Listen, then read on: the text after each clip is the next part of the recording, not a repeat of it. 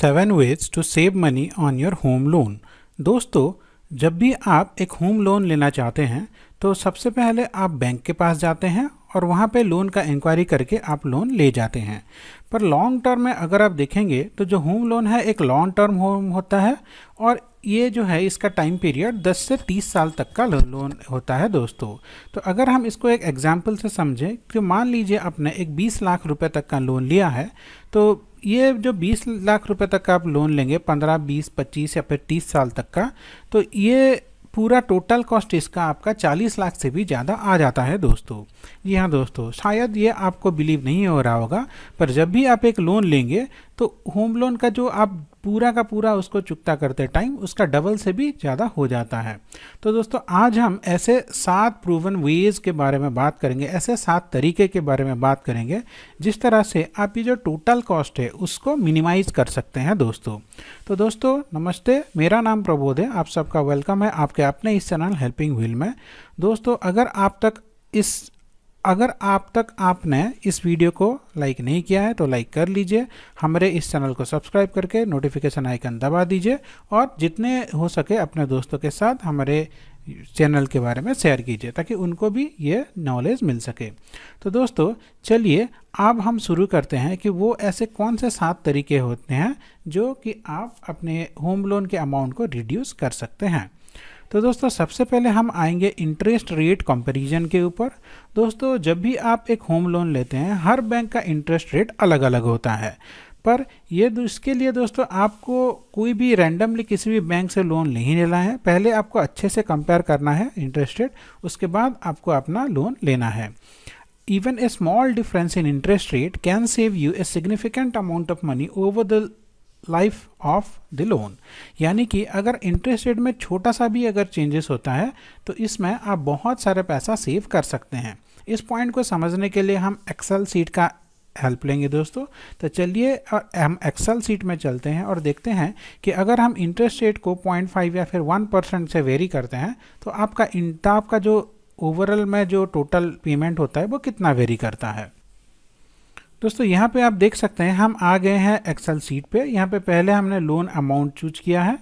मान लीजिए अपने 20 लाख रुपए तक का लोन लेते हैं और यहाँ पे जो रेट ऑफ इंटरेस्ट होता है वो दोस्तों वो 9% के आसपास होता है।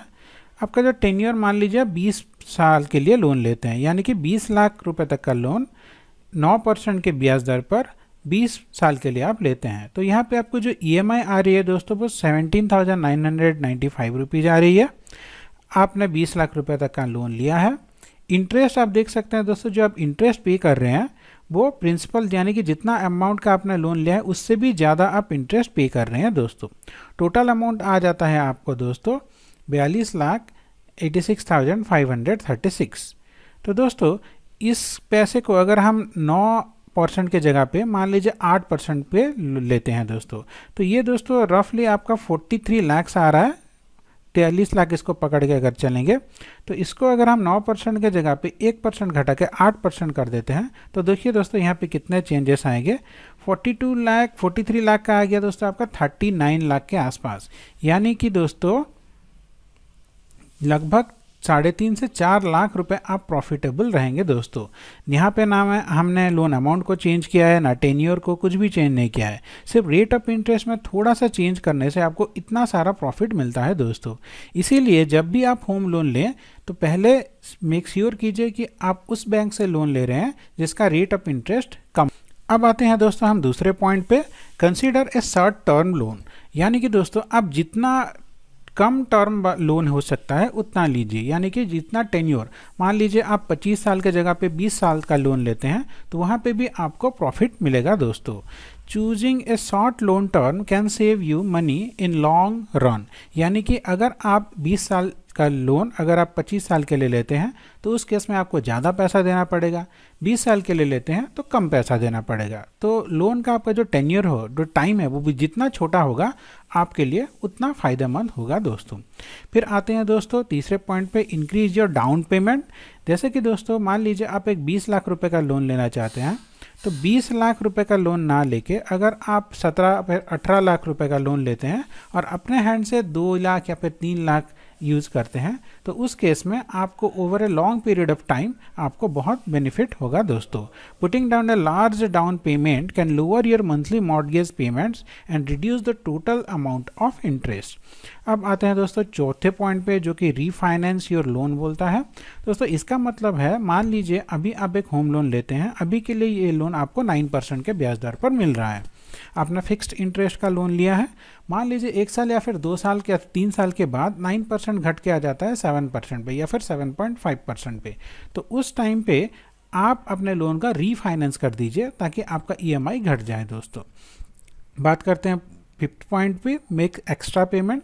हर साल दोस्तों आपका कुछ कुछ इंक्रीमेंट होगा, आप कुछ कुछ पैसा सेव करते हैं, उस पैसे को अगर आप लोन में इन्वेस्ट कर देंगे प्रिंसिपल में, तो आपका जो लोन टर्म है वो जल्दी ख़त्म हो जाएगा। इस बात को समझने के लिए दोस्तों हम फिर से एक्सेल सीट का यूज़ करते हैं और देखते हैं कि ये कैसे काम करता है। तो दोस्तों यहाँ पे मैंने 2 पॉइंट को ऑन हाइड कर दिया है, मेक पे एक्स्ट्रा EMI एवरी ईयर और hike EMI by percentage every year. यानी कि यहाँ पे आप देख सकते हैं दोस्तों, आप हर महीने 16,729 रुपये का EMI दे रहे हैं। तो आप 1 साल इतना EMI देंगे, जैसे ही 12वां महीने आया यानी कि 1 साल ख़त्म हो गया, 13 महीने में आप यही पैसा एक EMI एक्स्ट्रा दे देंगे। यानी कि 0 का अगर मैं इसको 1 कर देता हूँ तो देखिए दोस्तों आपका कितना चेंजेस आ रहा है। अब देखिए जैसे ही मैं इसको 0 करता हूँ तो यहाँ पे देखिए दोस्तों लगभग 2 लाख रुपए है, यानी कि लगभग 20 लाख रुपए है। इसको अगर मैं 1 कर देता हूँ सिर्फ एक EMI देके, तो आपको कितना फ़ायदा मिलेगा देखिए दोस्तों, 16 लाख, यानी कि 4 लाख रुपए का फ़ायदा आपको मिल रहा है दोस्तों। तो इसी तरह से आप इसके एक EMI एक्स्ट्रा देके अपना पैसा सेव कर सकते हैं दोस्तों। तो दोस्तों इस पॉइंट के ऊपर हमने डेडिकेटेडली एक लॉन्ग वीडियो बनाया है जहां पे हमने इसके डिटेल में एक each and every single point को कवर किया है। उसका लिंक मैं डिस्क्रिप्शन में दे दूंगा, आप चाहें तो उस वीडियो को भी देख सकते हैं दोस्तों। चलिए हम फिर से चलते हैं हमारे ओरिजिनल स्लाइड। दोस्तों हमने मेक एक्स्ट्रा पेमेंट का कवर कर लिया है। अब आते हैं दोस्तों हम 6th पॉइंट पे, जो कि बोलता है दोस्तों अवॉइड एक्स्ट्रा फीस। देखिए दोस्तों जब भी हम होम लोन लेते हैं तो बैंक वाले हमारे से बहुत सारे एक्स्ट्रा फी चार्जेस करते हैं।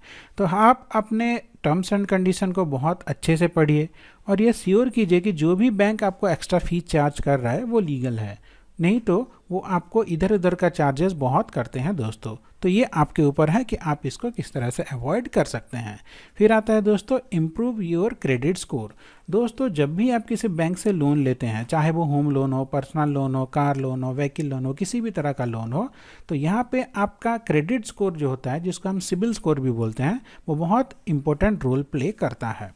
अगर आपका सिबिल स्कोर अच्छा है, क्रेडिट स्कोर अच्छा है, तो आपका रेट ऑफ इंटरेस्ट घट जाता है। अगर आपका क्रेडिट स्कोर खराब है तो रेट ऑफ इंटरेस्ट बढ़ जाता है। अब रेट ऑफ इंटरेस्ट थोड़ा सा चेंज होने में टोटल अमाउंट में कितना फ़र्क आता है हमने पहले बात कर लिया है दोस्तों। तो इस तरह से अगर आप होम लोन लेते हैं तो पहले अपना क्रेडिट स्कोर को सुधारिए, उसके बाद ये दिए गए हैं 7 स्टेप्स को अच्छे से फॉलो करेंगे तो आपको बहुत अच्छा बेनिफिट में कम आपके लॉस होने के बाद भी आपको एक अच्छा खासा होम लोन मिल जाएगा दोस्तों, जो कि दूसरे लोगों के कंपैरिजन में आप बहुत प्रॉफिटेबल रहेंगे। तो आशा करता हूँ ये वीडियो आपको अच्छा लगा होगा। इस तरह की इंपॉर्टेंट जानकारी के लिए हमारे चैनल को सब्सक्राइब कीजिए, हमारे वीडियो को लाइक करके अपने दोस्तों के साथ शेयर करना मत भूलिए। अपना दिन मंगलमय हो। धन्यवाद दोस्तों।